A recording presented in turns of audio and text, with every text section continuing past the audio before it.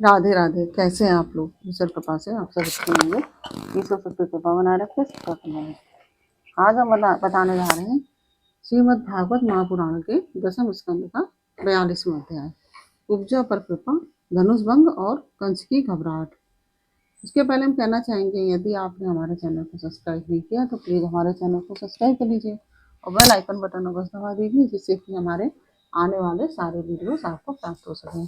तो यदि आपको कथा अच्छी लग रही है, समझ में आ रही है, तो वीडियो को लाइक शेयर अवश्य कीजिए। चलिए अब चलते हैं कथा की तरफ। श्रीमन्नारायण नारायण हरि हरि भजन नारायण नारायण हरि हरि, तेरी लीला सबसे प्यारी प्यारी, हरि हरि तेरी लीला सबसे न्यारी न्यारी, हरि हरि श्रीमन नारायण नारायण हरि हरि भजन नारायण नारायण हरि हरि। राधे राधे। बोलो कृष्ण कन्हैया लाल की जय। श्री सुखदेव जी कहते हैं, परीक्षित, इसके बाद भगवान श्री कृष्ण अपनी मंडली के साथ राजमार्ग से आगे बढ़े और उन्होंने एक युवती स्त्री को देखा। उसका मुंह तो सुंदर था, परंतु वह शरीर से कुबड़ी थी। इसी से उसका मन पड़ गया था कुब्जा। वह अपने हाथ में चंदन का पात लिए हुए जा रही थी। भगवान श्री कृष्ण प्रेम रस का दान करने वाले हैं। उन्होंने कुब्जा पर कृपा करने के लिए हंसते हुए उससे पूछा, सुंदरी तुम कौन हो? ये चंदन किसके लिए ले जा रही हो? कल्याणी, हमें सब बात सच सच बतला दो। यह उत्तम चंदन, यह अंगराग हमें भी दो। इस दान से शीघ्र ही तुम्हारा परम कल्याण होगा। उपटन आदि लगाने वाली सैरंध्री कुब्जा ने कहा, परम सुंदर, मैं कंस की प्रिय दासी हूँ। महाराज मुझे बहुत मानते हैं। मेरा नाम त्रिविक्रा कुब्जा है। मैं उनके यहाँ चंदन अंगभाग लगाने का काम करती हूँ। मेरे द्वारा तैयार किए हुए चंदन और अंगराग भोजराज कंस को बहुत भाते हैं, परंतु आप दोनों से बढ़कर उसका और कोई उत्तम पात्र नहीं है। भगवान के सौंदर्य, सुकुमारता, रसिकता, मंदहास, प्रेमालाप और चारु चितवन से कुब्जा का मन हाथ से निकल गया। उसने भगवान पर अपना हृदय निछावर कर दिया। उसने दोनों भाइयों को वह सुंदर और गाढ़ा अंगराग दे दिया। तब भगवान श्री कृष्ण ने अपने सांवले शरीर पर पीले रंग का और बलराम जी ने अपने गोरे शरीर पर लाल रंग का अंगराग लगाया और नाभि से ऊपर के भाग में अनुरंजित होकर वे अत्यंत सुशोभित हुए। भगवान कृष्ण उस कुब्जा पर बहुत प्रसन्न हुए। उन्होंने अपने दर्शन का प्रत्यक्ष फल दिखलाने के लिए 3 जगह से टेढ़ी किंतु सुंदर मुख वाली कुब्जा को सीधी करने का विचार किया।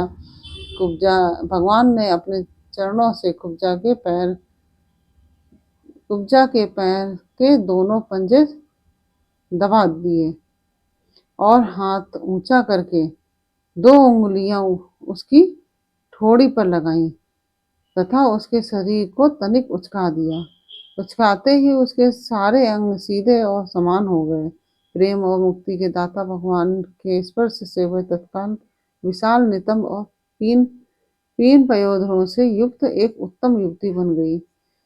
उसी क्षण कुब्जा रूप गुण और उदारता से संपन्न हो गई। उसके मन में भगवान के मिलन की कामना जाग उठी। उसने उनके दुपट्टे का छोर पकड़कर मुस्कुराते हुए कहा, वीर शिरोमणि, आइए घर चलें। अब मैं आपको यहाँ नहीं छोड़ सकती, क्योंकि आपने मेरे चित्त को मथ डाला है। पुरुषोत्तम, मुझ दासी पर प्रसन्न होइए। जब बलराम जी के सामने ही कुब्जा ने इस प्रकार प्रार्थना की, तब भगवान श्री कृष्ण ने अपने साथी बलवानों के मुंह की ओर देखकर हंसते हुए उससे कहा, सुंदरी, तुम्हारा घर संसारी लोगों के लिए अपनी मानसिक व्याधि मिटाने का साधन है। मैं अपना कार्य पूरा करके अवश्य वहां आऊंगा। हमारे जैसे बेघर के बटोहियों का हमारे जैसे बेघर के बटोहियों को तुम्हारा ही तो सहारा है। इस बार मीठी मीठी बातें करके भगवान श्री कृष्ण ने उसे विदा कर दिया और जब वे व्यापारियों के बाजार में पहुंचे तब उन व्यापारियों ने उनका तथा बलराम जी का पान पान फूलों के हार, चंदन और तरह तरह की भेंट उपहारों से पूजन किया। उनके दर्शन मात्र से स्त्रियों के हृदय में प्रेम का आवेग, मिलन की आकांक्षा जग उठती थी। यहाँ तक कि उन्हें अपने शरीर की भी सुध न थी उन्हें अपने शरीर की भी सुध न रही थी। उनके अंग जूड़े और कंगन ढीले पड़ जाते थे और तथा वे चित्र लिखित मूर्ति के सामने ज्यों की त्यों खड़ी रह जाती थी। उसके बाद भगवान श्री कृष्ण पूर्ववासियों से धनुष का स्थान पूछते हुए इसके बाद भगवान श्री कृष्ण पूर्ववासियों से धनुष का स्थान पूछते हुए रंगशाला में पहुंचे और वहां उन्होंने इंद्रधनुष के समान एक अद्भुत धनुष देखा। उस धनुष में बहुत सा धन लगाया गया था। उनके बहुमूल्य अलंकारों से उसे सजाया गया था। अनेक बहुमूल्य अलंकारों से उस धनुष को सजाया गया था और उसकी खूब पूजा की गई थी और बहुत से सैनिक उसकी रक्षा कर रहे थे। भगवान श्री कृष्ण ने रक्षकों के रोकने पर भी उस धनुष को बलात् उठा लिया। उन्होंने सबके देखते देखते उस धनुष को बाएं हाथ से उठाया, उस पर डोरी चढ़ाई और उस एक क्षण में खींच कर बीचों बीच उसी प्रकार उसके दो टुकड़े कर डाले जैसे बहुत बलवान मतवाला हाथी खेल ही खेल में ईख को तोड़ डालता है। जब धनुष टूटा तो तब उसके शब्द से आकाश, पृथ्वी और दिशाएं भर गईं। उसे सुनकर कंस भी भयभीत हो गया। अब धनुष के रक्षक आतताई असुर अपने सहायकों के साथ बहुत ही बिगड़े। वे भगवान श्री कृष्ण को घेर कर खड़े हो गए और उन्हें पकड़ लेने की इच्छा से चिल्लाने लगे, पकड़ लो, ना जाने पावे। उनका दुष्ट अभिप्राय जानकर बलराम जी और श्री कृष्ण भी तनिक क्रोधित हो गए और उस धनुष के टुकड़ों को उठाकर उन्हीं से उनका काम तमाम कर दिया। उन्हीं धनुष खंडों से उन्होंने उन असुरों की सहायता के लिए कंस की भेजी हुई सेना का संहार कर डाला। इसके बाद वे यज्ञशाला के प्रधान द्वार से होकर बाहर निकल आए और बड़े आनंद से मथुरापुरी की शोभा देखते ही विचरने लगे। जब नगरवासियों ने अपने भाइयों को इस अद्भुत पराक्रम की पराक्रम की बात सुनी तब उनके तेज साहस और अनुपम रूप को देखा। तब उन्होंने यही निश्चय किया कि हो ना हो दोनों कोई श्रेष्ठ देवता है। ये दोनों कोई श्रेष्ठ देवता है। इस प्रकार भगवान श्री कृष्ण और बलराम जी पूरी स्वतंत्रता से मथुरा में विचरण करने लगे। जब सूर्यास्त हो गया तब दोनों भाई ग्वालवालों से घिरे हुए नगर के बाहर अपने डेरे पर जहाँ छपड़े थे लौट आए। तीनों लोकों के बड़े बड़े देवता चाहते थे कि लक्ष्मी हमें मिले, परंतु उन्होंने सबका परित्याग कर दिया और ना चाहने वाले भगवान का वरण किया। उन्हीं को सदा के लिए अपना निवास स्थान बना लिया। मथुरावासी उन्हीं पुरुष भूषण भगवान श्री कृष्ण के अंग अंग का सौंदर्य देख रहे थे। उनका कितना सौभाग्य है। ब्रज में स्त्रियों की यात्रा के समय गोपियों ने विरहातुर होकर मथुरावासियों के संबंध में जो जो बातें कही थी वे सब यहाँ अक्षरशः सत्य हुई। सचमुच वे परमानंद में मग्न हो गए। फिर हाथ पैर धोकर श्री कृष्ण और बलराम जी ने दूध में बने हुए खीर और आदि पदार्थों का भोजन किया और कंस आगे क्या करना चाहता है इस बात का पता लगाकर उस रात को वहीं आराम से सो गए। जब कंस ने सुना कि श्री कृष्ण और बलराम ने धनुष तोड़ डाला, रक्षकों तथा उनकी सहायता के लिए भेजी हुई सेना का उनकी सहायता के लिए भेजी हुई सेना का भी संहार कर डाला और यह सब उनके लिए केवल एक खिलवाड़ ही था। इसके लिए उन्हें कोई श्रम या कठिनाई नहीं उठानी पड़ी। तब वह बहुत ही डर गया। उस दुबुद्धि को देख बहुत देर तक नींद नहीं आई। उसे जागृत अवस्था अथवा स्वप्न में भी बहुत से ऐसे अपशगुन हुए जो उसकी मृत्यु के सूचक थे। जागृत अवस्था में उसने देखा कि जल और दर्पण में शरीर की परछाई तो पड़ती ही है, परंतु सिर नहीं दिखाई देता। उंगली आदि की आड़ न होने पर भी चंद्रमा, तारे और दीपक आदि की ज्योतियां उसे दो दो दिखाई पड़ती हैं। छाया में छेद दिखाई पड़ता है और कानों में उंगली डालकर सुनने पर भी प्राणों का घूं घूं शब्द नहीं सुनाई पड़ता। कानों में उंगली डालकर सुनने पर भी प्राणों का घूं घूं शब्द नहीं सुनाई पड़ता।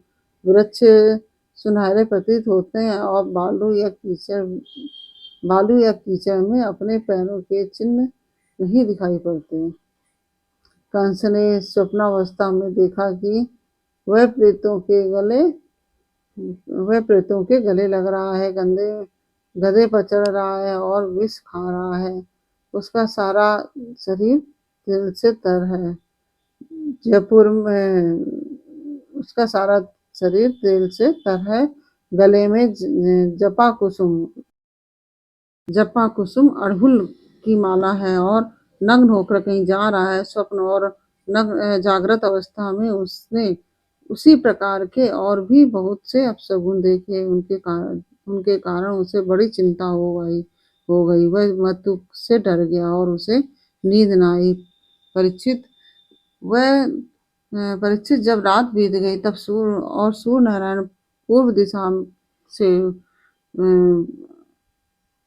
परीक्षित जब रात बीत गई और सूर्य नारायण पूर्व समुद्र से ऊपर उठे और राजा कंस ने मल्ल क्रीड़ा मतलब दंगल का महोत्सव प्रारंभ किया। राजकर्मचारियों ने रंगभूमि को भली भांति सजाया। तुरही, भेरी आदि बाजे बजने लगे। लोगों के बैठने के मंच फूलों की गजरों, झंडियों, वस्त्र और बंदरमालों से सजा दिए गए। उन पर ब्राह्मण, क्षत्रिय आदि नागरिक तथा ग्रामवासी सब यथावस्था बैठ गए। राजा लोग भी अपने अपने निश्चित स्थान पर जा डटे। राजा कंस अपने मंत्रियों के साथ मंडलेश्वर छोटे छोटे राजाओं के बीच में सबसे श्रेष्ठ राज सिंहासन पर जा बैठा। इस समय भी अपशगुन के कारण उसका चित्त घबराया हुआ था। वह पहलवानों के ताल ठोकने के साथ ही बाजे बजने लगे। और भी गर्वीले पहलवान खूब सजकर अपने अपने उस्तादों के साथ अखाड़े में आ उतरे। चारों मुष्टिक, कोट, सल और तोसल आदि प्रधान पहलवान बाजों की सुमधुर ध्वनि से उत्साहित होकर अखाड़े में आकर बैठ गए।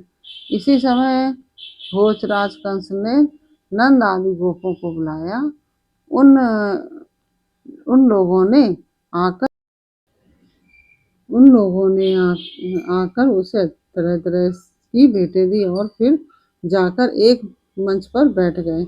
इस प्रकार से यह 42वां अध्याय पूर्ण हुआ। ये अध्याय आपको कैसा लगा यह हमें कमेंट बॉक्स में अवश्य बताइए। अच्छा लगा हो तो वीडियो को लाइक शेयर अवश्य कीजिए और कमेंट में राधे राधे अवश्य लिखिए। चलिए अब चलते हैं, फिर मिलते हैं आपसे अगले अध्याय के साथ अगले वीडियो में। तब तक के लिए राधे राधे।